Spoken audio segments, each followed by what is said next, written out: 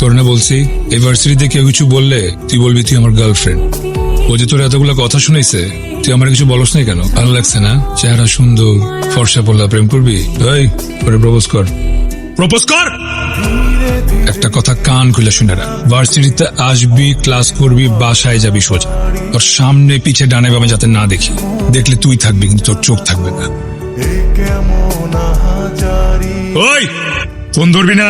Hello, Marjan তো এখনো বাসায় আসে নাই। সারাদিন অনেকবার ফোন করছি, ফোনও ধরে নাই। আমার না খুব টেনশন হইতেছে। আচ্ছা চিন্তা করুন, আমি দেখতেছি। আচ্ছা তুমি খবর পেলে আমার জানাও কিন্তু। বেশি বেশি করে ফেলতেছি আমরা। মেয়েটার একবার দেখ, খুশিতে কাঁপতেছে, অসুস্থ হয়ে যাবে তো।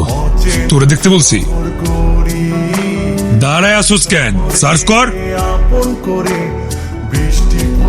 দোস্ত তুই কিছু বলতেছিস না কেন? কাকে কি বলবো? কাকে আবার? রোশন ভাইকে। এই যে রোশন ভাই তোকে দিনের পর দিন টর্চার করতেছে, তুই কিছু না বলে টলারেট করে যাচ্ছিস। শোন, তুই এক কাজ কর, এক্ষুনি আমার সাথে প্রিন্সিপালের কাছে যাবি, যে ভাইয়ের নামে বিচার দিবি। তোর কাছে এটা টর্চার মনে হয়? হ্যাঁ, টর্চার নয় তো কি? এটা মোটেও টর্চার না। ভার্সিটির সবচেয়ে হ্যান্ডসাম ছেলেটা, যাকে সব মেয়েরা